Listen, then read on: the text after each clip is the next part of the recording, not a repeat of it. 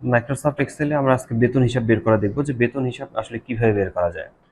তো মনে করি কোনো প্রতিষ্ঠানে 5 জন কর্মচারী আছে। 1 2 3 4 5 5 জনের নাম আমরা লিখি না, এখানে আপনারা লিখে নেবেন। এবং এদের বেসিক বেতন যথাক্রমে হচ্ছে 6,000 টাকা, 5,500 টাকা, 5,000 টাকা, 4,500 টাকা এবং হচ্ছে 4,000 টাকা। এটা হচ্ছে বেসিক বেতন প্রত্যেক জনের। প্রথম জনের হচ্ছে 6,000, দ্বিতীয় জনের 5,500, এভাবে লেখা আছে। এবং বেসিক বেতনের উপরে 40 ভাগ হচ্ছে বাড়ি ভাড়া। 40 ভাগ আমাদেরকে বাড়ি ভাড়া বের করতে হবে বেসিক বেতনের উপরে। এবং আমাদেরকে 15 ভাগ চিকিৎসা ভাতা বের করতে হবে। এরপর হচ্ছে 10 ভাগ টিফিন ফি ধরে মূল বেতন আমাদের বের করতে হবে। টিফিন ফি সহ মূল বেতন বের করতে হবে। এটা হচ্ছে আমাদের হিসাবটা। এখন যদি আমরা এটা এক্সেলে আমরা তৈরি করি তাহলে এক্সেলটা বের করব। প্রথমে আমরা এখানে স্যালারি শিট কথাটা লিখে রাখি। স্যালারি শিট কথাটা আপনারা এখানে টাইপ করবেন।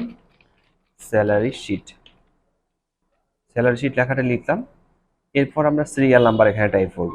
সিরিয়াল নাম্বার টাইপ করে, যেমন আমি এখানে টাইপ করছি সিরিয়াল। এরপর আমরা এখানে লিখেছি নেম, এমপ্লয়ি নেম লিখতে পারি অথবা শুধু নেম লেখাটাও লিখতে পারি। এরপর হচ্ছে বেসিক স্যালারি এই কথাটা লিখলাম। পরের সেলটাতে লিখবো হাউস রেন্ট, বাড়ি ভাড়া বের করতে হবে, আমরা লিখলাম হাউস রেন্ট। এরপরে আমরা পরের ঘরে যাব, এখানে লিখবো মেডিকেল অ্যালাউন্সমেন্ট। তারপরে আমাদের বের করতে হবে টিফিন ফি। এরপরে বের করতে হবে টোটাল স্যালারি। আমি টোটাল কথাটা লিখি, স্যালারি কথাটা লিখলাম। এখন আমাদের এই যে সেল কলামগুলো আছে, এই কলামগুলোকে ঠিক করতে হবে। কলামগুলোকে ঠিক করার জন্য, যেমন সিরিয়ালের যে কলামটা আছে এখানে ধরে আমরা কলামটাকে ছোট করে নেব। সিরিয়ালের কলামটা ছোট করে নিলাম, নেমের কলামটা আমরা একটু বড় করে নিব, বেসিক স্যালারি কলামটা আমরা আরেকটু বড় করে নেব কারণ স্যালারি লেখাটা দেখা যাচ্ছিল না।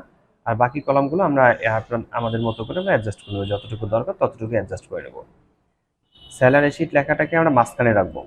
স্যালারি শিট এই লেখাটাকে এই পর্যন্ত সিলেক্ট করব, আমরা জি কলাম পর্যন্ত সিলেক্ট করব, কারণ হচ্ছে আমাদের এ বি সি টি এভাবে জি পর্যন্ত আমাদের লেখা আসছে। এরপর মার্কস অ্যান্ড সেন্টার এখানে ক্লিক করব। মার্কস অ্যান্ড সেন্টার লেখাটাতে ক্লিক করলে এই লেখাটা মিডিল পয়েন্টে মাঝখানে চলে যাবে। এরপর আমরা লেখাটাকে একটু বড় করে দিই। এরপর হচ্ছে আমরা এর কালারটাকে চেঞ্জ করতে পারি, বোল্ড করতে পারি, আমাদের ইচ্ছা মতো এটাকে সাজাতে পারি। নিচের লেখাগুলোকে সিলেক্ট করে আমরা এগুলোকে সেন্টার করে ফেলি, এখানে ক্লিক করে লেখাগুলোকে সেন্টার করা যাবে। আর সিরিয়াল আমরা যদি বসাই, আমি এখানে 1 লিখলাম। এখন নিচের দিকে কর্নারে এখানে বাম বাটন চেপে ধরবো, কন্ট্রোল চেপে ধরবো, নিচের দিকে নামালে সিরিয়ালগুলো অটোমেটিক্যালি আসবে। যতগুলো পর্যন্ত অটোমেটিক করা দরকার ততগুলো আমরা অটোমেটিক করে নেব। এরপর আমরা এখানে নাম টাইপ করব। আমরা এমপ্লয়ি নাম, এখানে নাম সবার নেমগুলো এখানে টাইপ করে নেব। আমি একজনের নাম টাইপ করলাম। এরপর হচ্ছে বেসিক স্যালারি আমরা এখানে টাইপ করবো। যেমন প্রথম জনের বেসিক স্যালারি হচ্ছে 6,000 টাকা, তারপরের জন্য হচ্ছে 5,500 টাকা, তারপরের জন্য হচ্ছে 5,000 টাকা, 4,500 টাকা এবং হচ্ছে 4,000 টাকা। এটাকে আমরা আরো অন্য অনেক কিছু হিসাব করে আমরা বেসিক স্যালারি শিট বের করতে পারি।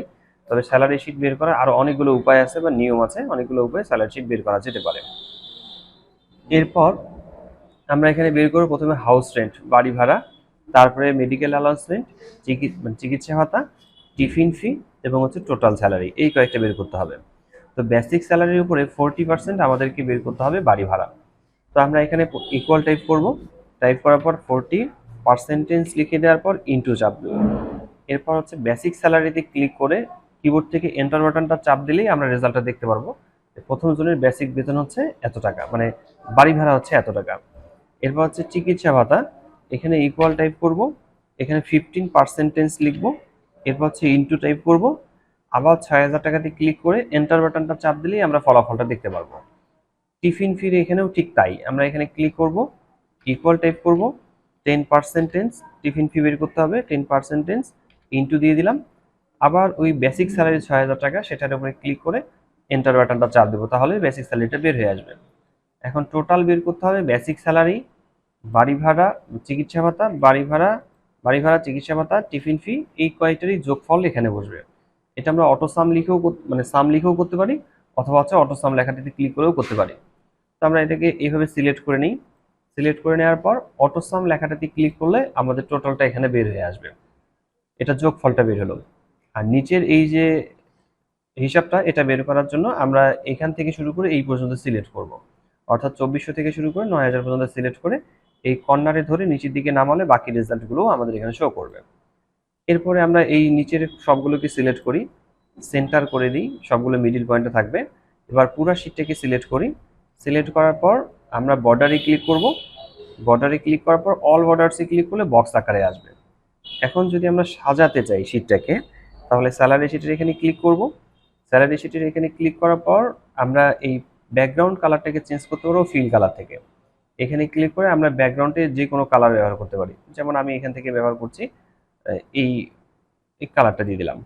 এরপর লেখার কালারটাকে পরিবর্তন করার জন্য ফন্ট কালারে ক্লিক করে আমরা লেখার কালারটা পরিবর্তন করব। এখানকার যে হেডলাইনটা আছে সাব হেডলাইন, এটাকে সিলেক্ট করি, ফিল কালারে ক্লিক করার পর আমরা এখান থেকে যে কোনো কালার সিলেক্ট করে দিতে পারি। এবার ফন্ট কালারটা আমরা এখান থেকে চেঞ্জ করতে পারি, যে কোনো কালার রাখতে পারি।